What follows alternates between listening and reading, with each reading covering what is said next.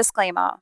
These stories will contain graphic depictions of horror elements, including, but not limited to, gore, graphic depictions of violence, body horror, murder, just all the horror. So please exercise caution when listening. Good evening. Welcome to Sniper's Creepy Crypt, the spookiest place in the here and there, the place between where you're coming from and where you might never leave. I am Sniper Shadow, and I am here in this our month of the horror and macabre to bring you tales of the utmost terrifying. These tales are not my own.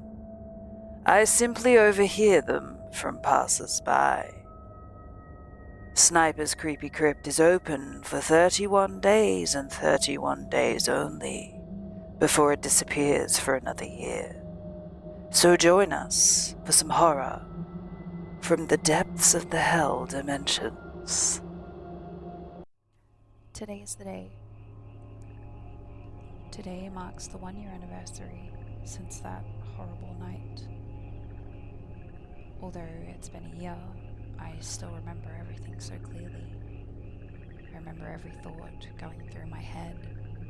I remember the color of those dead, blackened eyes. I remember the length of those sharp, jagged teeth. I remember every single thing about that. I don't even know what that thing was. For the past year, I have had no other thought than to refer to whatever that creature was as Diabolus, which is Latin for devil. Everything had been going so well for me.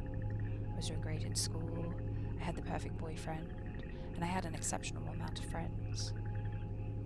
Everything was so perfect, until Amber invited me and a couple of friends to her house. At Amber's house, well, everyone was bored beyond belief, and we were just looking for something fun to do. What usually happens in situations like this is someone suggests a game of truth or dare. Everyone reluctantly agrees, as there is nothing better to do. Amber's house is located in the middle of the woods. Within these woods, there is a small waterfall, making it perfect for dares that make people shake with fear. The game progressed slowly because everyone refused to choose dare, fearing the consequences. I, however, wanted to be a brave soul and be the first to choose dare. Dear Lord, I was such a fool. David, my best friend at the time, dared me to take a 15-minute stroll through the woods without a flashlight and without my phone. I thought I had to prove myself to my friends. I somehow managed to push my pride far ahead of my judgment in all regards for safety. I was just about to walk outside when I realized that without my phone, I would have no idea when 15 minutes would be up. I turned to David and asked for him for his watch. Before handing me the watch, he set it to go off in 15 minutes. And with that, I was off to complete my dare. From the moment I stepped outside, I knew something was just not right. I had that burning feeling that I was being watched. I could not go back now. My friends would laugh at me. I had to push through the fear, no matter how much it consumed me. Despite my hopes that fears would dissolve and that I would laugh at my childlike beliefs that a monster was lurking somewhere in the woods, those feelings only grew stronger. Within 5 minutes, all of my senses were heightened. Adrenaline was coursing through my veins and my heart was beating straight through my chest. I tried to tell myself that I was being ridiculous, that I would return to Amber's house within 15 minutes and completely unharmed. But my thoughts were shattered by the sound of sticks snapping under the steps of someone or something. I froze dead in my tracks. My heart stopped, and I found its way into my throat. I wanted to faint, but I knew if I did, whatever it was in the woods would find me. I hid behind the tree next to me. That was when I first caught sight of the creature, the Diabolus. It was horrendous. It had razor-sharp teeth and grey skin covered in scales. Its eyes, those dark, deep pools of solid black, or what have forever engraved themselves into my memory. I wanted to scream, I wanted to run. But I knew that if I dared move a muscle, it would find me. The Diabolus would kill me. Relief began to rush in when I saw it become uninterested with the area and continue to a different part of the woods. I was almost happy when the watch began to beep. I have never heard anything so loud in my life. The watch beeped so tauntingly, as if to say, "Congratulations, your 15 minutes is up." The last 15 minutes of your life, that is. I tried my hardest to conceal the noise, but nothing would work. The creature stopped and whipped its head around, and strangely began to sniff the air. I actually began to wonder what on earth the creature was trying to smell, when it quickly turned its head in my direction, and I realized he was trying to determine my scent.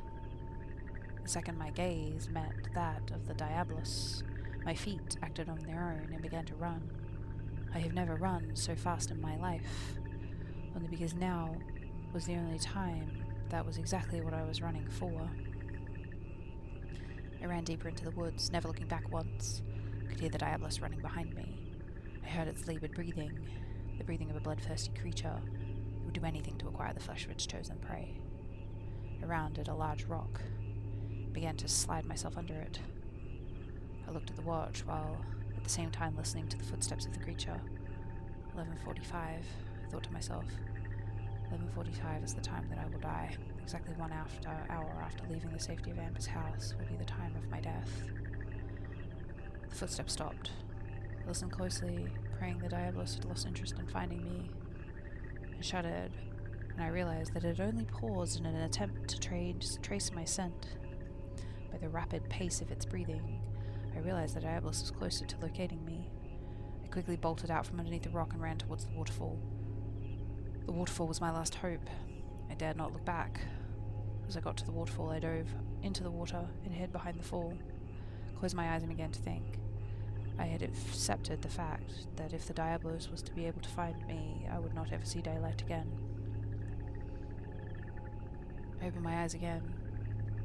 I realized that there was a break in the fall, and I was able to see all around me.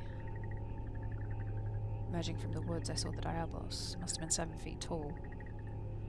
I nearly fainted from fright, but managed to hold myself together. I saw the creature lift its nose high into the air in hopes of detecting my scent. It stood there for 5 minutes, smelling the air. Right then, my prayers had been answered. The creature began to retreat back into the woods. Relief flooded me, making my body go numb. I dared not move from the spot behind the waterfall. I stayed there until daylight broke. I could hear my friends in the distance desperately calling my name.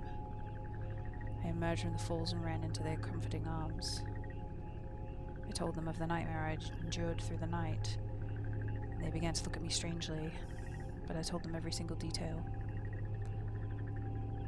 Although it's been a year since that terror-filled night, I still remember every single detail. Most people would block out traumatic events and fail to recall simple facts from the event. But because they put me in this big white room with nothing in it, my hands restrained in an odd jacket, but nothing to do but recall every detail for the last 365 days. I try telling the man in the white jacket with the clipboard my story, but he does not seem to listen to me. The whole time he is in my room, he is writing something on the clipboard. I tried to ask him to please let me tell someone my story, but every time he leaves my room, I hear him say into the small recording device, "The patient is showing no signs of progress." I wonder what he means by that. That concludes our tale for today. Return tomorrow for another horror-filled experience.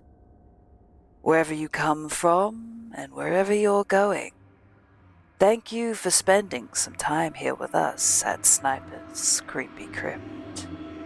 Remember, traveler, eyes ahead, don't look back.